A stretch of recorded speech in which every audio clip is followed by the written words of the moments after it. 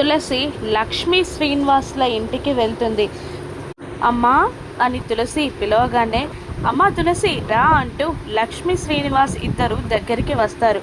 తులసి మెల్లిగా లక్ష్మిని ఇలా అడుగుతుంటుంది, అమ్మా జాను గురించి నువ్వేమనుకుంటున్నావమ్మా అని తులసి అడగగానే ఒక్కసారిగా జరిగింది గుర్తు తెచ్చుకుంటుంది లక్ష్మి. ఆ రోజు జై జాను చచ్చిపోయిందని చెప్పినప్పుడు జాను ఫోటోకి జై వేసిన దండని లక్ష్మి తీసేస్తుండగా శ్రీనివాస్ మన బిడ్డ చచ్చిపోయింది లక్ష్మి అన్న మాటలు అక్కడికక్కడే లక్ష్మి కుప్పకూలిపోవడం అన్నీ గుర్తు తెచ్చుకుంటూ ఉంటుంది లక్ష్మి.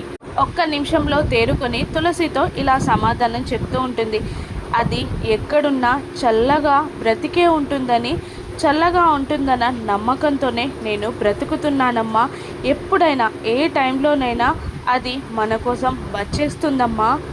అది బ్రతికి సంతోషంగా ఉందనే ఆశతోనే నేను బ్రతుకుతున్నానమ్మా అని లక్ష్మి తులసికి చెప్పగానే, నీ నమ్మకమే నిజమైందమ్మా అనేస్తుంది తులసి. దాంతో లక్ష్మీ శ్రీనివాసులు ఇద్దరు షాక్ అవ్వగా, ఇలా రా అంటూ గుమ్మం వైపు చూస్తుంది తులసి. కన్నీళ్లతో మెల్లిగా జాను లక్ష్మీ శ్రీనివాస్ల ముందుకి వస్తుంది.